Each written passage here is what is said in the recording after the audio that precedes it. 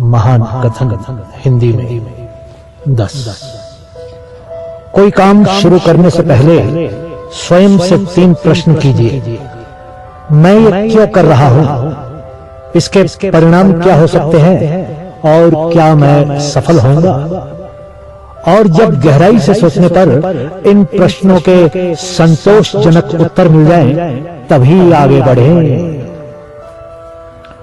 व्यक्ति अकेले पैदा होता है और अकेले मर जाता है, और वो अपने अच्छे और बुरे कर्मों का फल खुद ही भुगतता है, और वह अकेले ही नरक या स्वर्ग जाता है। भगवान मूर्तियों में नहीं है, आपकी अनुभूति आपका ईश्वर है, आत्मा आपका मंदिर है।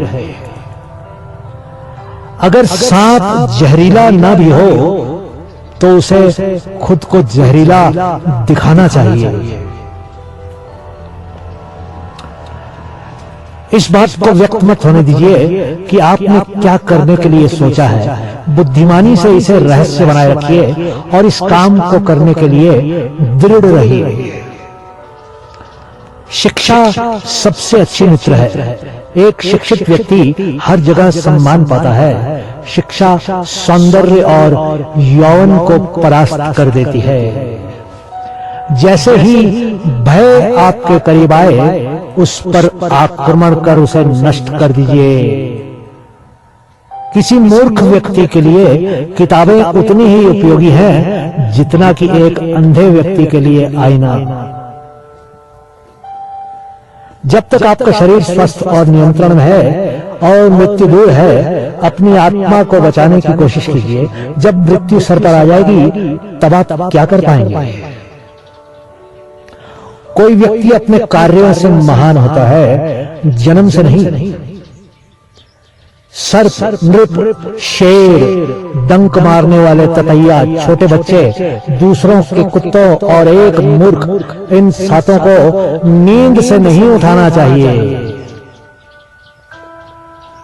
जिस प्रकार एक सूखे पेड़ को अगर आग लगा दी जाए तो वह पूरा जंगल जला देता है, उसी प्रकार एक पापी पुत्र पूरे परिवार को बर्बाद कर देता है।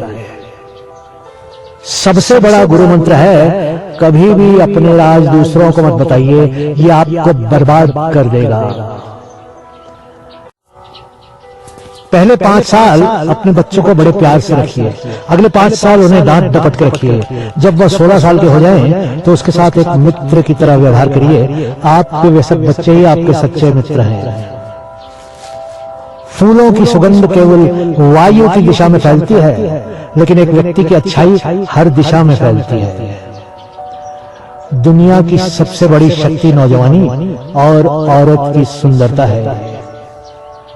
हमें भूत के बारे में पछतावा नहीं करना चाहिए, न कि भविष्य के बारे में चिंतित होना चाहिए। विवेकवान व्यक्ति हमेशा वर्तमान में जीते हैं। हर मित्रता के पीछे कोई ना कोई स्वार्थ होता है। ऐसी कोई मित्रता नहीं जिसमें स्वार्थ ना हो। यह कड़वा सच है।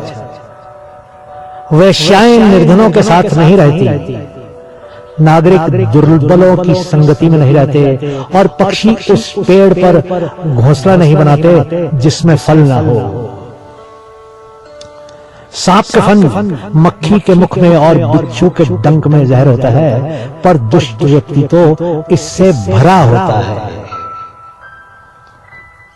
वह जो अपने परिवार से अत्यधिक जुड़ा हुआ है, उसे भय और चिंता का सामना करना पड़ता है, क्योंकि सभी दुखों की जड़ लगाव है। इसलिए खुश रहने के लिए लगाव छोड़ देना चाहिए। वह जो हमारे चिंतन में रहता है वह करीब है, भले ही वास्तविकता में वह बहुत दूर ही क्यों ना हो, लेकिन जो हमारे हृदय में नहीं है वो करीब होते हुए भी बहुत दूर होता है। अपमानित होकर जीने से अच्छा मरना है। मृत्यु तो बस एक क्षण का दुख देती है, लेकिन अपमान हर दिन जीवन में दुख लाता है। कभी भी उससे मित्रता मत कीजिए जो आपसे कम या ज्यादा प्रतिष्ठा के हों। ऐसी मित्रता कभी आपको खुशी नहीं देगी। जब आप किसी काम की शुरुआत करें तो असफलता से मत डरें और उस काम को ना छोड़ें। जो लोग ईमानदारी से काम करते रहते हैं वो सबसे प्रसन्न होते हैं। सेवक को तब परखें जब वह काम न कर रहा हो, रिश्तेदार को किसी कठिनाई में परखें, मित्र को संकट में और पत्नी को घोर विपत्ति में। संतुलित दिमाग में जैसी कोई सादगी नहीं है, संतोष जैसा कोई सुख नहीं है, लोभ जैसी कोई बीमारी नहीं है और दया जैसा कोई पुण्य नहीं है। यदि किसी का स्वभाव अच्छा है तो उसे किसी और गुण की क्या जरूरत है। यदि आदमी के पास प्रसिद्धि है तो भला उसे और किसी श्रृंगार की क्या आवश्यकता है। हे बुद्धिमान लोगों, अपना धन उन्हीं को दो जो उसके योग्य हो और किसी को नहीं। बादलों के द्वारा लिया गया समुद्र का जल हमेशा मीठा होता है। पृथ्वी सत्य की शक्ति द्वारा समर्थित है। ये सत्य की शक्ति ही है जो सूरज को चमक और हवा को वेग देती है। दरअसल सभी चीजें सत्य पर निर्भर करती हैं। वो जिसका ज्ञान बस किताबों तक सीमित है और जिसका धन दूसरों के कब्जे में है, वो जरूरत पड़ने पर न अपना ज्ञान प्रयोग कर सकता है न धन। जो सुख शांति व्यक्ति को आध्यात्मिक शांति के अमृत से संतुष्ट होने को मिलती है, वो लालची लोगों को बेचैनी से इधर उधर घूमने से नहीं मिलती। एक अनपढ़ व्यक्ति का जीवन उसी तरह से बेकार है जैसे कि कुत्ते की पूंछ, जो ना उसके पीछे का भाग ढकती है न ही उसे कीड़े मकोड़ों के डंक से बचाती है।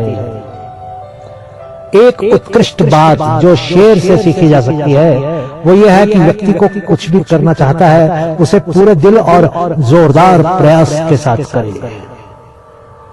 सारस की तरह एक बुद्धिमान व्यक्ति को अपनी इंद्रियों पर नियंत्रण रखना चाहिए और अपने उद्देश्य को स्थान की जानकारी समय और योग्यता के अनुसार प्राप्त करना चाहिए। जो लोग परमात्मा तक पहुंचना चाहते हैं उन्हें वाणी, मन, इंद्रियों की पवित्रता और एक दयालु हृदय की आवश्यकता होती है।